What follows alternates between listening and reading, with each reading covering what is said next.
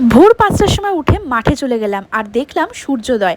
এই দেখো এখানে একটা সুন্দর কলকে ফুল রয়েছে, আর মাঠে কেউ টগর ফুল তুলতে চায় না, তাই আমরা মনের আনন্দে অনেক ফুল তুললাম।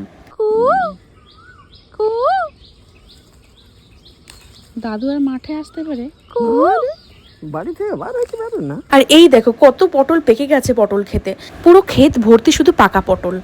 কি সুন্দর দেখতে লাগছে না, লাল লাল পুরো খেতে ভরে আছে।